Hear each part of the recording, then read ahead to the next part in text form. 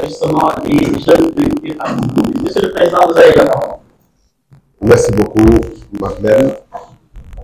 Chers amis journalistes, après les mots de bienvenue de Madeleine, excusez-moi, j'ai la voix un peu rauque pour avoir beaucoup usé de cette voix. Je voudrais vous remercier d'être venus nombreux à ce point de presse qui porte, comme cela a été dit, sur l'affaire de Laser. Il vous souviendra que cette affaire dure depuis et a connu de multiples rebondissements. Je suis convaincu que l'épisode qui me réunit aujourd'hui est loin d'être un rebondissement dans une affaire extrêmement complexe. Donc, le cas qui nous occupe aujourd'hui, le marché dit Azer Power BC, est l'illustration la plus éclatante du fossé qui sépare les déclarations pompeuses de Jubanti et la pratique d'un régime qui ne s'embrasse pas de faux semblants pour sauver un marché aux nombreux vices, comme je vais le démontrer. Mais l'on peut se poser la question de savoir à quelle fin toutes ces contorsions pour sauver un marché qui est entassé de si nombreux vices. Pour quelle raison le gouvernement actuel s'emploie-t-il à faire aboutir un marché aujourd'hui dans l'impasse? Il faut savoir que le marché est à l'arrêt du fait de la suspension de son financement par la banque espagnole. Mesdames, Messieurs, avant d'aller dans le vif du sujet, la dernière sortie du ministre des Finances et des Budgets, en parlant de dérogation dans le cadre des paiements de primes, semble conforter ce que le Premier ministre disait de l'administration du Sénégal. C'est qu'ils sont capables de faire du faux, de maquiller des comptes, et en l'occurrence ici, de maquiller des dérogations. Et je m'en vais vous le montrer. En quoi consiste la question, le fond de la question écrite que j'ai adressée au gouvernement à travers le ministre des Finances et du Budget et qui a valu une réponse aussi précipitée qu'inexacte. Pour rappel,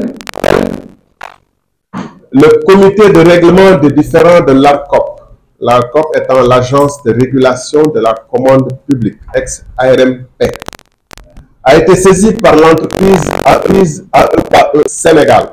Il y a dans le cadre de ce marché, il y a AEPAE Espagne qui avait signé un engagement avec AEPAE Sénégal pour pouvoir réaliser ce marché. Dans le cadre de l'offre spontanée qui exige qu'il y ait du contenu local. Et comme on le verra plus tard, c'est l'entreprise sénégalaise qui, en réalité, aura engagé toutes les démarches de la recherche de financement jusqu'au paiement et à la réalisation des différentes démarches administratives ici au Sénégal. Donc, pour rappel, le comité de règlement des différends de CRD, de la COP, a été saisi par l'entreprise par le Sénégal pour dénoncer l'irrégularité des garanties émises par la compagnie Sonac au profit de l'entreprise espagnole SEPC. Dans sa saisine, l'entreprise sénégalaise informait que les primes n'étaient pas payées au moment de l'émission des différentes garanties de soumission, de bonne exécution et d'avance de démarrage.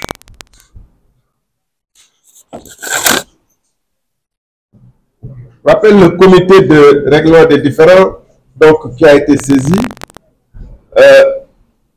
Dans sa saisine, l'entreprise a dit que les primes n'étaient pas payées au moment de l'émission. Un manquement grave qui contreviendrait aux dispositions pertinentes de l'article 13 du Code ciment et sanctionnait un tel manquement par la nullité de toutes les garanties exigées dans le cadre du marché, serait la nullité du marché lui-même.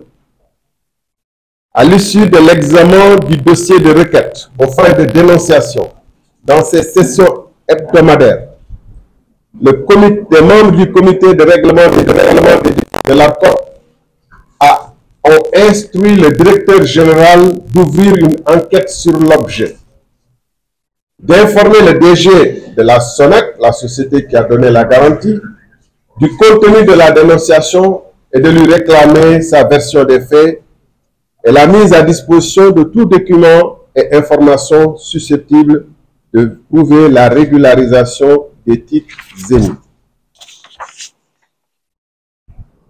Dans le cadre de l'instruction du dossier de dénonciation, la Direction générale de SONAC a saisi à plusieurs reprises, lettre du 12 juillet 2024, du 23 juillet 2024, du 7 août 2024, pour ne citer que celle-là, donc a saisi à plusieurs reprises la Direction générale de SONAC et à chaque fois en mettant en copie le ministre des Finances et du Budget, le ministre des Énergies, du Pétrole et des Mines et le directeur national des assurances.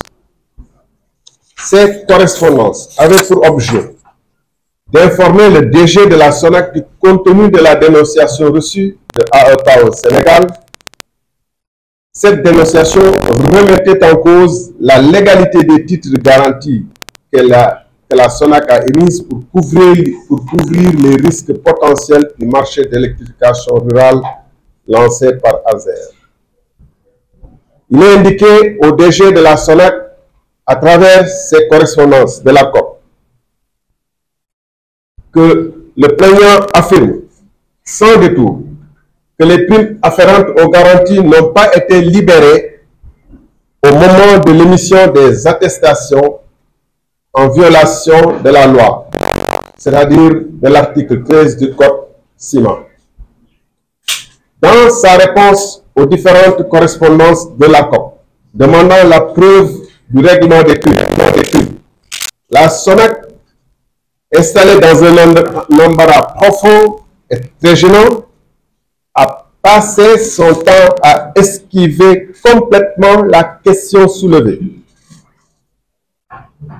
Le DG a à chacune de ses réponses tenté de manière flagrante d'esquiver la question en parlant de ses relations commerciales avec l'entreprise espagnole ou en mentionnant ses engagements et sa responsabilité. En aucun moment dans ses réponses, la SONAC n'a évoqué l'existence d'une dérogation à l'article 13 qu'elle aurait utilisé. Les autorités en copie, c'est-à-dire le ministre du Budget, des Finances et du Budget, le directeur national de l'assurance, pour ne mentionner que ceux-là, n'ont jamais aussi évoqué à ce stade l'existence d'une telle dérogation. Pourtant, ils n'ont visiblement pas manqué de noter le risque de nullité du marché signalé par la COP. À notre connaissance, aucun de ces responsables n'avait encore trouvé à ce stade une quelconque dérogation pour justifier l'inaction de la SONAC, son refus de déposer les réponses demandées.